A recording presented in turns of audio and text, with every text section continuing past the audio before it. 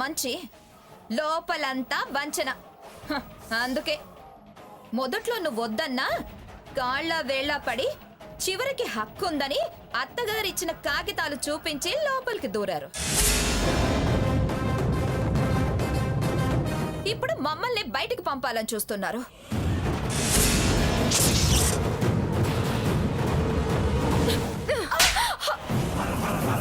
ఆపవే, ఇంకొక్క మాట తప్పుగా మాట్లాడితే క్షమించను. నువ్వు అనేంత నీచమైన ఆలోచన కల్లో కూడా మేము చేయలేదు, చెయ్యం కూడా. నీకు పట్టిన డబ్బు పిచ్చి మాకంటగట్టకు. సగం కోరుకుంటున్నావు అంటున్నావు కదా, పైసా కూడా వద్దే. నీకు దక్కాల్సిన ఆస్తికి మేము ఎక్కడ అడ్డుపడతామో అన్నాం. పాడు బుద్ధి నీకు పుట్టాక అది మేము ముట్టమని, అసలు మాకొద్దని అందరి ముందు నీకు మాటిస్తున్నాను. ఆ దేవుడి మీద ప్రమాణం చేస్తున్నాను, ఆ దేవుడి మీద ప్రమాణం చేస్తున్నాను, ఆ దేవుడి మీద ప్రమాణం చేస్తున్నాను. చాలా. సీత, ప్రమాణాలు చేయాల్సిన అవసరం నీకేమిటి? ఇచ్చేదాన్ని నేను, వాళ్ళెవరే వద్దనడానికి? అది బావా, ఆ లెవెల్కి తీసుకొచ్చారు. ఇస్తుందట. ఇలాగే ఆవిడ గారిని సీసాలోకి దించుతారు, తర్వాత మొత్తం మొత్తం నొక్కేస్తారు.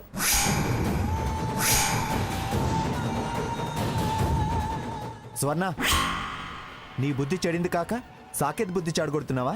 ఏంటి నా బుద్ధి నా భార్య చెడగొట్టేది? నీ బుద్ధి నాకు తెలియదా? మీ ఆవిడ ఇంట్లో చేరింది, నువ్వు ఆఫీస్లో దూరావు. ఈవిడిక్కడ మనుషుల్ని మేనేజ్ చేస్తుంటే నువ్వు ఆఫీస్లో అకౌంట్స్ మేనేజ్ చేసి ఉంటావు.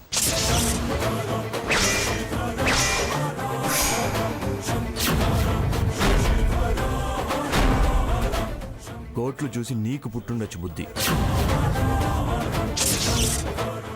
నిప్పులేందే పొగరాదు. స్వర్ణ ఊరికెందుకంటుంది? మీకు అలాంటి దుర్బుద్ధి పుట్టిందని నేను నమ్ముతున్నాను. సాకేత్, నువ్వు మాట్లాడద్దు గ్రాని. ఏంట్రా అంత నిందలేస్తూ మాట్లాడద్దు అంటావే? ప్రమాణాలు చేస్తున్నా పడచవని పెడతావే? తాతయ్య గారు వద్దు. ఇంత దూరం వచ్చిన తర్వాత అంత బలంగా మేము ఆస్తిలో సగభాగం అడుగుతున్నామన్నా భయం ఏర్పడిన తర్వాత మేము చెప్పినా వాళ్ళు నమ్మరు.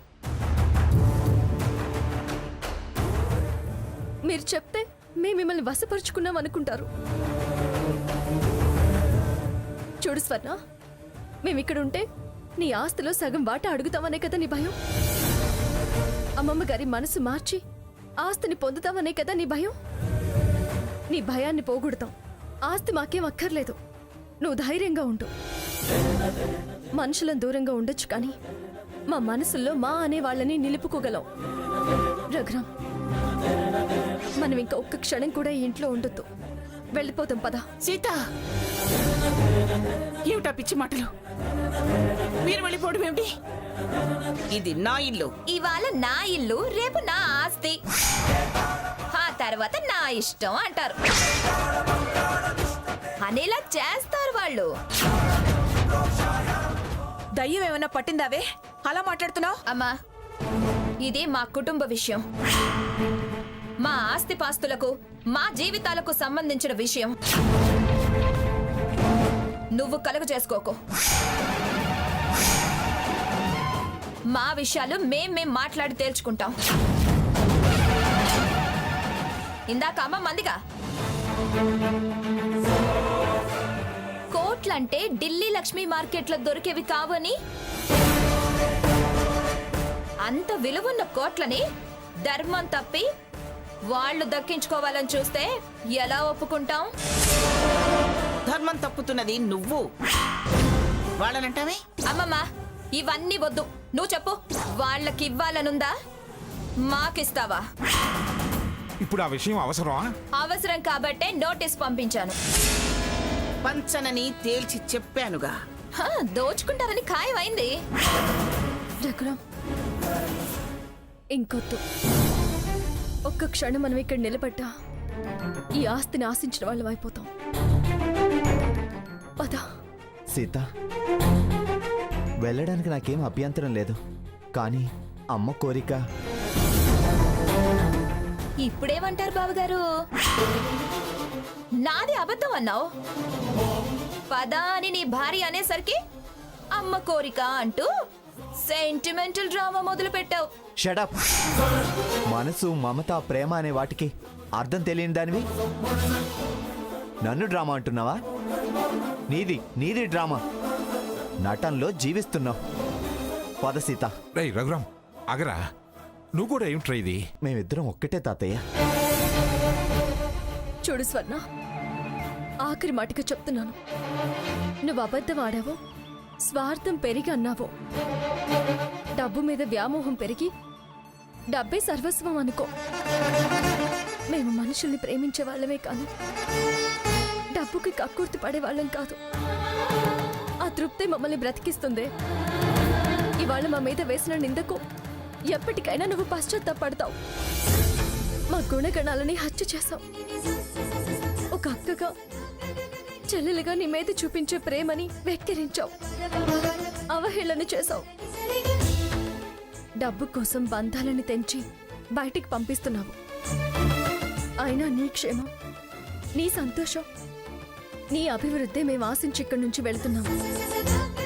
నీ భయాన్ని వదిలేసి ఇక నుంచి హాయిగా ఉండు. డబ్బే సర్వస్వం అని నువ్వు అనుకోవచ్చు, తప్పని ఖచ్చితంగా ఒకరోజు నువ్వే తెలుసుకుని తీరుతావు.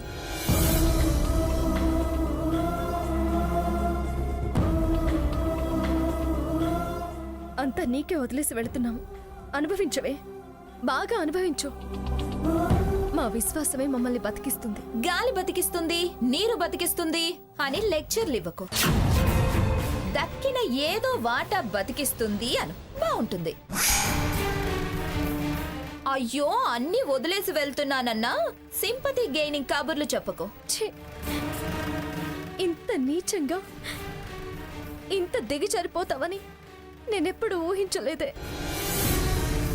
వదిలేసిన దాన్ని ఆశించే బుద్ధి నాకు లేదు. మా అత్తగారు నాకు ఇచ్చిన ఆ కాగితాలు నా బీరువాలో ఉన్నాయి, తీసుకో. చూడు స్వర్ణ, మేం కట్టు బట్టలతో బయటికి వెళ్తున్నాం. నువ్వు లక్ష్యంలోనే బ్రతకనుకుంటున్నావు. నేను లక్ష్యంతో బ్రతకాలనుకునేదాన్ని. చూడు, జీరోతో జీవితాన్ని మొదలు పెడతాము. నువ్వు సంవత్సరానికి 1,44,000 కోట్లు సంపాదించాలన్న ఆశతోనే బతుకు. పదరకు. సీత, వద్దమ్మా, వద్దు, మీరు వెళ్ళటానికి వీల్లేదు. దయచేసి మమ్మల్ని ఆపే ప్రయత్నం చేయొద్దు. ఈ స్థితిలో తిరిగి గుమ్మంలో అడుగు పెట్టే ప్రయత్నం చేయించొద్దు. ఎవరి పిలుపుకి విలువిచ్చినా, ఎవరి ప్రేమకు తలొక్కినా, ఎవరి ఆంక్షకి కట్టుబట్టా, ఎవరి మమకారానికి బందీలమైనా, మా ఆత్మాభిమానం, విశ్వాసం, మా మీద మీకున్న నమ్మకం, ఆత్మస్థైర్యం అన్ని అబద్ధాలైపోతాయి. రామచంద్రం మాస్టారి కూతురు సీత అన్న పేరు మారిపోతుంది. చీము, నెత్తురు, రోషం, పౌరుషం లేని వాళ్ళమవుతాం.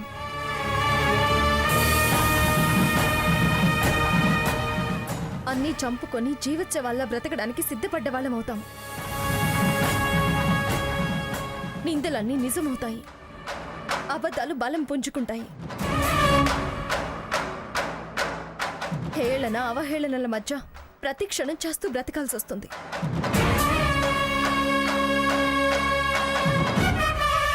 ₹100 సంపాదించి చూపించమన్నా దాని సవాలు స్వీకరించలేని అసమర్థుడు నా భర్త అవుతాడు. మా అత్తగారి ఆత్మ మీ నుంచి దూరంగా వెళుతున్నారే అని ఒక క్షణం బాధపడచ్చు, కానీ లక్ష్యంతో వెళుతున్నారని మా వెంట ఉండి ధైర్యం చెప్తారు. వెళ్ళొద్దు అన్న మీ మాట కాదని వెళుతున్నందుకు మమ్మల్ని క్షమించండి.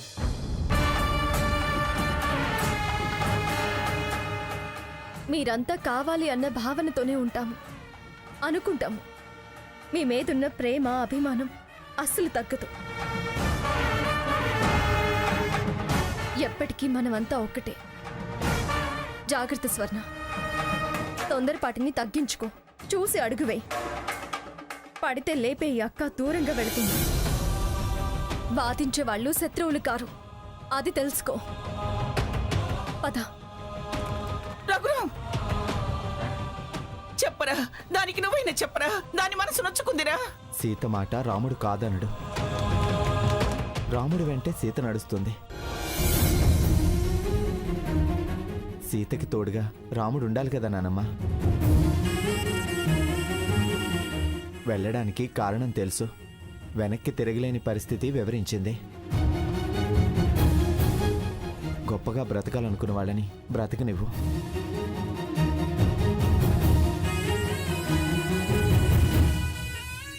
గొప్పగా ఎదగాలనుకుంటే వెళ్ళనివ్వు. అమ్మా సీతమ్మ తల్లి, దివ్యంగా వల్లీ కళ్యాణం చేశారు. దేవాలయానికి వెళ్ళి దేవుడి ఆశీర్వచనం తీసుకొని కొత్త జీవితాన్ని ప్రారంభించండి. పదండి వెళ్దాం.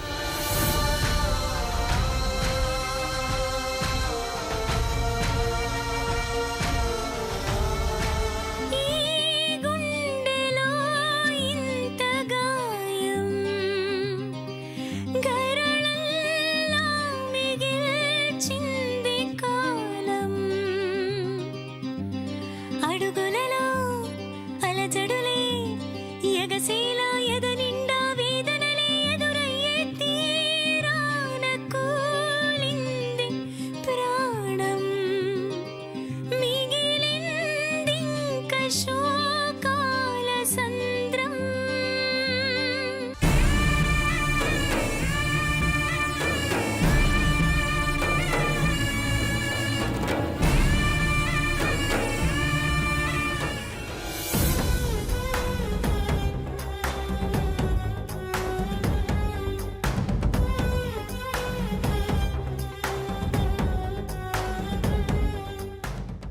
వెళ్తాను నానమ్మ, వెళ్తాను తాతయ్య. సీత, సీత, ఏమండి? సీత,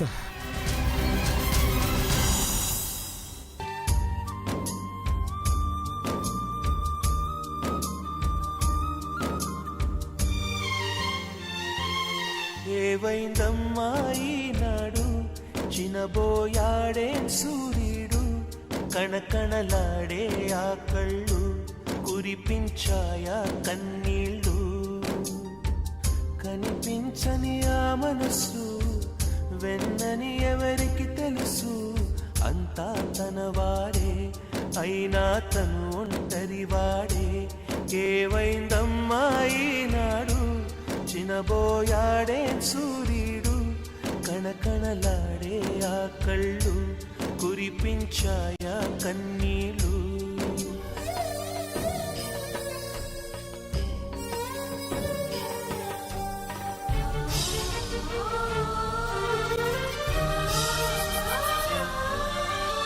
గుడిని దేవుడిని విడదీసే ఈ విపరీతం, ప్రాణానికి దేహానికి కలహం పెట్టే పంతం. రామయ్య లక్ష్మయ్య విడిపోయే ఈ మాయా, కల్పించిన కలివాల్మీకెవరో.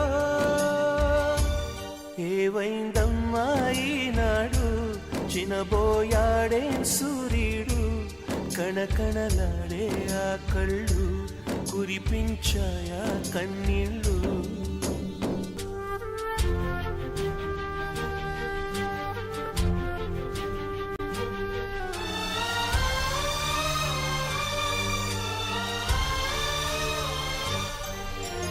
పది మందిని నడిపించే పెద్దరికం పోయిందా, నడివీధికి తల వంచే శాపం వెంటాడిందా. కరిమబ్బుల తెరవేస్తే ఒక గ్రహణం ఎదురొస్తే, రవితేజం వెలవెలబోతుందా. ఏవైందమ్మా ఈనాడు, చినబోయాడే సూర్యుడు, కణకణలాడే ఆ కళ్ళు, కురిపించాయా కన్నీళ్ళు. కనిపించని ఆ మనసు వెన్నని ఎవరికి తెలుసు, అంతా తన వారే అయినా తను ఒంటరి వారే.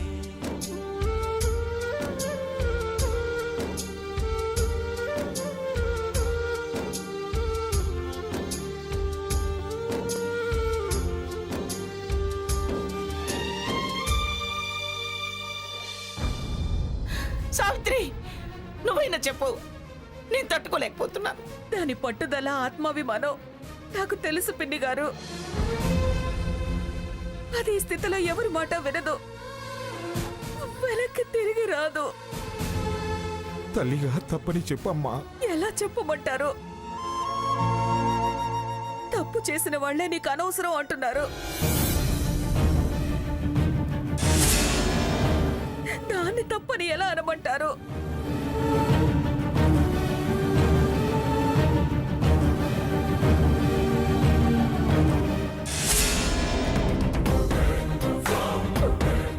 ఒసే స్వర్ణ, కాపురాలు చీల్చి మనుషుల్ని దూరం చేసి పాప మూట కట్టుకున్నావే, వాళ్ళనన్ని మాటలని కన్నీళ్లతో కట్టుబట్టలతో పంపించావు. రాముడు సీత వనవాసానికి వెళ్ళినట్టుందే వాళ్ళని చూస్తుంటే. ఒసే స్వర్ణ, నీ క్షేమం కోరేదాన్ని బాధ పెట్టావే, అనుభవించి తీరుతావే. ఇంతకింత ఎప్పటికైనా అనుభవిస్తావు. దేవుడు శిక్షిస్తాడే. శపించడానికి నేను కన్ను తల్లినైపోయాను. నిన్ను చూస్తుంటే నాకు అసహ్యం వేస్తుంది. ఛీ! రండి రండి వెళ్దాం.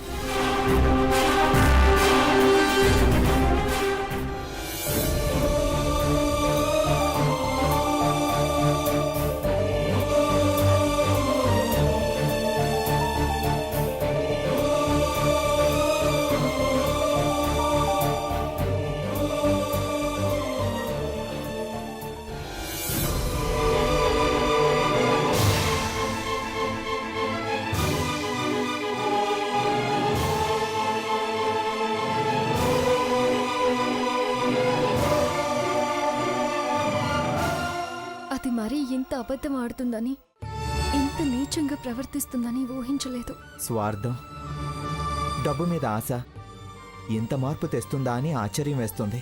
అది నా కోసం త్యాగం చేసింది అనుకున్నాను.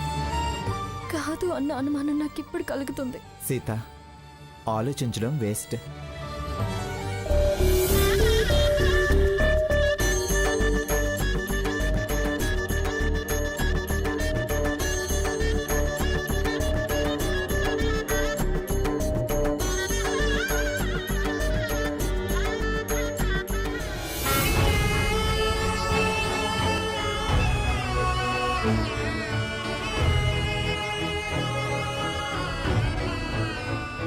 నన్ను వేరుగా చూడొద్దు నానమ్మ, పరాయివాడిగా చూడొద్దు నానమ్మ, నన్ను కాదనొద్దు.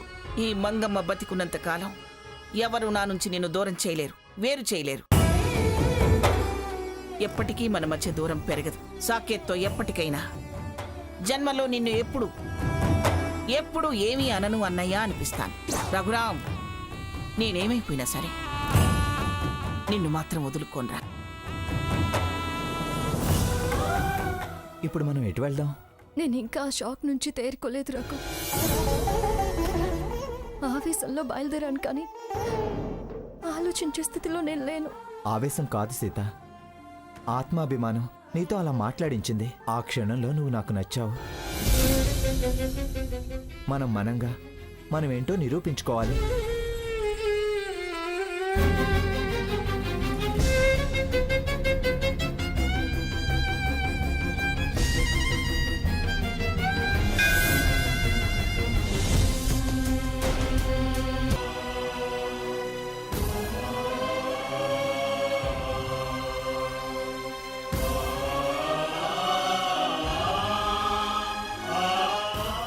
ఏమండి సీత, సీత, అమ్మా సీత, అమ్మా సీత, అల్లుడు గారు, సీత, ఆగండమ్మా. అమ్మా సీత, పిన్ని గారు వాళ్ళని వెనక్కి పిలు సావిత్రి అన్నారు. నా మనసు ఆగలేకపోయింది. అమ్మా, అది జరగని పనమ్మా.